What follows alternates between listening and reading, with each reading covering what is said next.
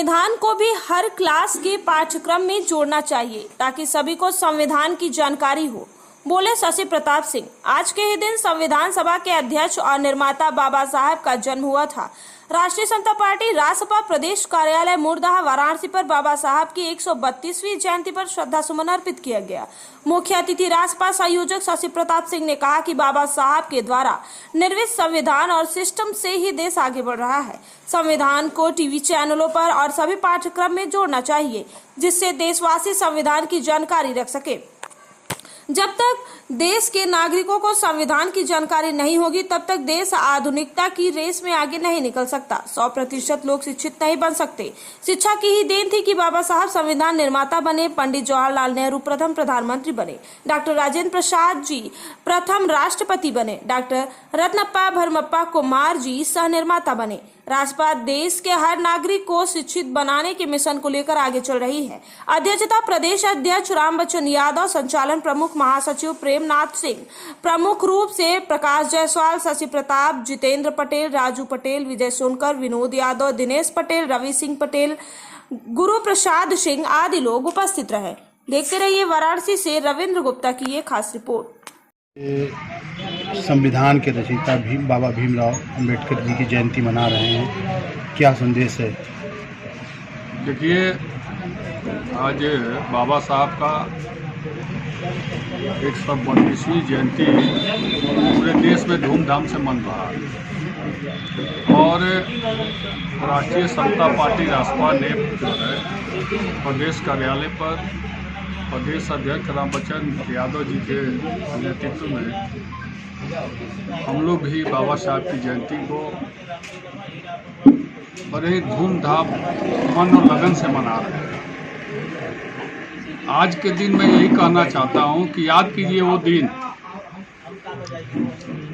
जब देश के कई लाख लोगों को आज़ादी के बाद जुटाकर जब अंग्रेज यहाँ से जा रहे थे तो अंग्रेजों के द्वारा जो देश में संविधान था वो हिटलर शाही की संविधान था। अब उस संविधान से निजात पाने के लिए लाखों लोगों को देश भर से जुटाया गया और देश भर से जुटाने के बाद सबसे पूछा गया कि यह संविधान कैसे बनेगा कि हमारा देश तरक्की की ओर बढ़ेगा और इस संविधान के तहत सब कुछ आएंगी।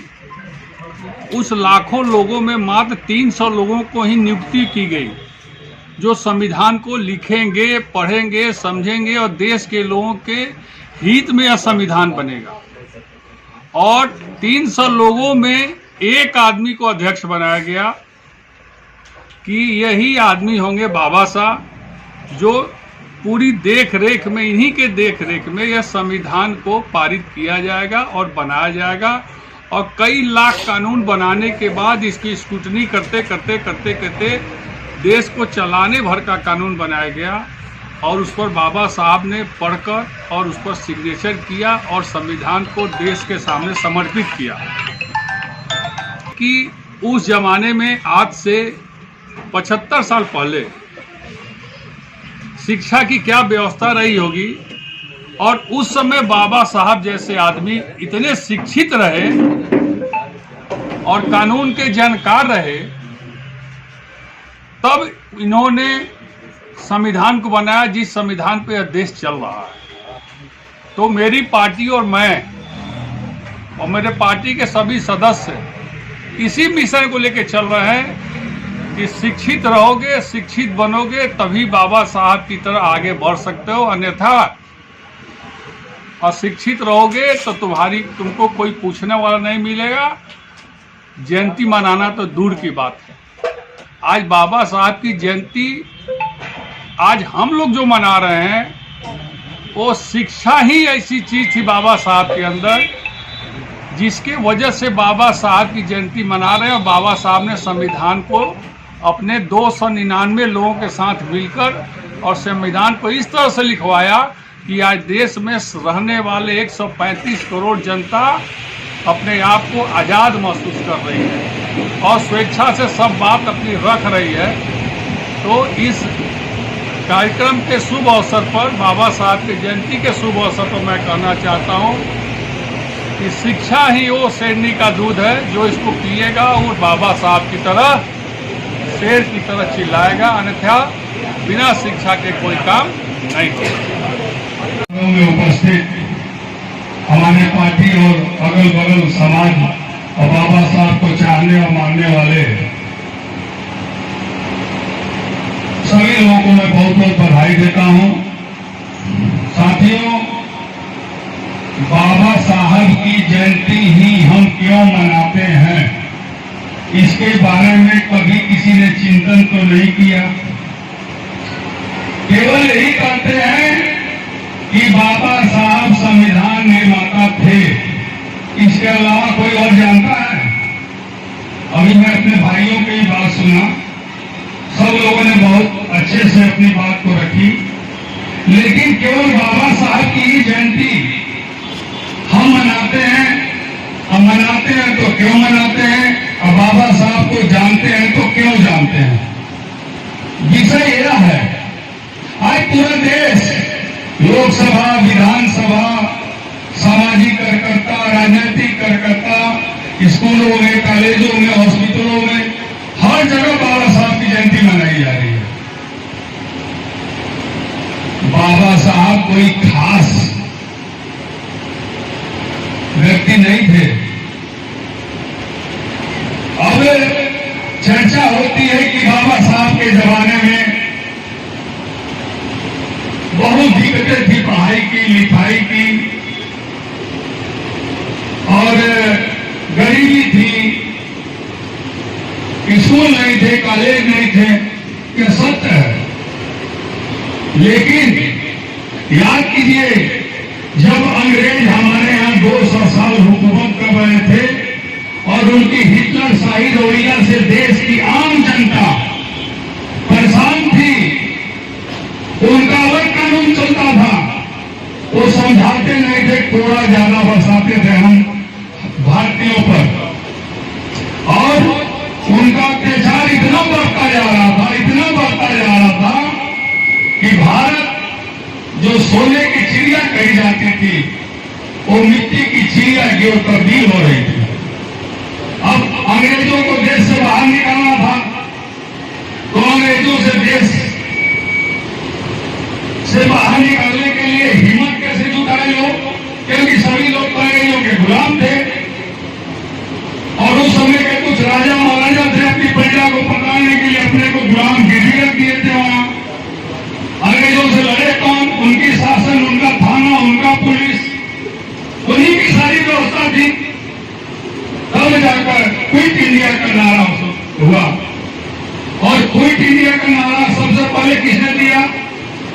मैं ये बात इसलिए बताना चाहता हूं, और अपनी बात को इसलिए मैं आप लोगों के बीच में रखना चाहता हूं कि राष्ट्रीय समता पार्टी राष्ट्रपाल ने एक जबरदस्त मिशन है शिक्षा, और शिक्षा ही एक ऐसी चीज है जो बाबा साहब जैसे व्यक्ति को दोबारा पैदा कर सकती है, और मेरे जैसा व्यक्ति को दोबारा पैदा कर सकती है। और शिक्षा की बात मैं यहाँ कर रहा हूँ, क्या जानकारी सबको होना चाहिए, एक छोटे बच्चे से लेकर एक बुजुर्ग को जानकारी होनी चाहिए, क्योंकि अपने देश में 75 साल की आजादी में सारी पढ़ाई पढ़ाई गई, लेकिन संविधान की पढ़ाई नहीं पढ़ाई गई। यह राष्ट्रीय समता पार्टी इस बार आज मांग करती है कि अब सभी पाठ्यक्रमों में संविधान को भी लागू किया जाए, ताकि सभी बच्चे और सभी लोग संविधान की भाषा भी पढ़े और संविधान को जाने। बनाया बाबा साहेब, बाबा साहेब। संविधान को किसने बनाया? बाबा साहेब, बाबा साहेब। संविधान को किसने बनाया? बाबा साहेब, बाबा साहेब। मानो मानो एक समान, मानो मानो एक समान, मानो मानो एक समान। संविधान को किसने बनाया? बाबा साहेब, बाबा साहेब। मानो मानो एक समान। बाबा भीमराव अम्बेडकर जी की जयंती मनाई जा रही है प्रदेश कार्यालय में। बाबा भीमराव अम्बेडकर की कहानी तो बहुत लंबी है, हम आपको क्या सुनाएं। बाबा भीमराव अम्बेडकर, जैसा कि अभी हमारे संगठन मंत्री जी ने बताया, कि उस स्थिति में पढ़ाई किए हैं, शिक्षा ग्रहण किए हैं, जब शिक्षा ग्रहण करना बड़ा कठिन होता है। ये बिल्कुल सत्य बात है। और उस ऊंचाई पे कहें कि आज इनका नाम अमर है। मेरा नाम रवि सिंह पटेल है। मैं इस पार्टी में अभी नया जान रहा हूँ और मैं प्रदेश संगठन मंत्री के पद पे था। रवि जी, बात की जाए, आज संविधान निर्माता भारत रत्न प्राप्त डॉक्टर भीमराव अंबेडकर की 132वीं जयंती मनाई जा रही है। आज क्या किया आपकी पार्टी ने, क्या कहना चाहेंगे काशी जनता से? हमारी पार्टी का मिशन ही बाबा भीमराव अंबेडकर जी के पद चिन्हों पर चलने को लेकर उनके दिशा अनुसार थे। जैसे उस समय भीमराव अंबेडकर जी ने भी यही सोच कर चला था कि हमारे पिछड़े और पिछाड़े लोगों के वो शिक्षा से वंचित न रह पाए। इसीलिए उन्होंने संविधान की तरफ सबसे अहम दबाव यही रहा उनका कि हमारी समुदाय को शिक्षा से कहीं से वंचित न रखें। आज उसी नीति पे हम लोग भी काम कर रहे हैं कि समाज में शिक्षित वर्ग जितना ज़्यादा हो सके हम लोग उस पर काम करेंगे और शिक्षा पे जोर देंगे। किसकी जयंती मनाई जा रही है और पार्टी के कार्यकर्ताओं के लिए, पदाधिकारियों के लिए क्या सब संदेश है? आज जो जयंती मनाई जा रही है, यहाँ पे हमारे प्रदेश अध्यक्ष के नेतृत्व में भारत रत्न संविधान निर्माता बाबा साहब अम्बेडकर जी की जन्म दिवस, अवतरण दिवस मनाई जा रही है। और इस मौके पे बड़े उत्साह के साथ और सभी हमारे कार्यकर्तागण मौजूद हैं, यहाँ पूरे प्रदेश के पदाधिकारी मौजूद हैं उत्साह के साथ। और इनके साथ मैं वादा करना चाहता हूँ, जैसा कि आज सुबह ही मेरी बात बाबा साहब के पौत्र से यशवंतराव अम्बेडकर जी से हुई और उन्होंने आश्वासन भी मुझे दिया कि अगली बार मैं ज़रूर आप लोगों के बीच में रहूँगा। और मैं आप लोगों के बीच में ये वादा करता हूँ कि बाबा साहब के पौत्र यशवंतराव अम्बेडकर जी अगली बार बनारस की धरती पे हमारे पार्टी के नेतृत्व में आप सभी के बीच में बाबा साहब के परिनिर्वाण दिवस पे मौजूद रहेंगे। और जैसा कि बाबा साहब का हमेशा यही रहा है, गरीबों के लिए, मजदूरों के लिए, उत्थान के लिए, हमारी भी पार्टी उसी पे कार्य करती है, गरीबी पे, मजदूरी पे। आप लोग मना रहे हैं, क्या संदेश है आज काशी की जनता और आप अपनी पार्टी की पदाधिकारियों या कार्यकर्ताओं को? आज बाबा साहेब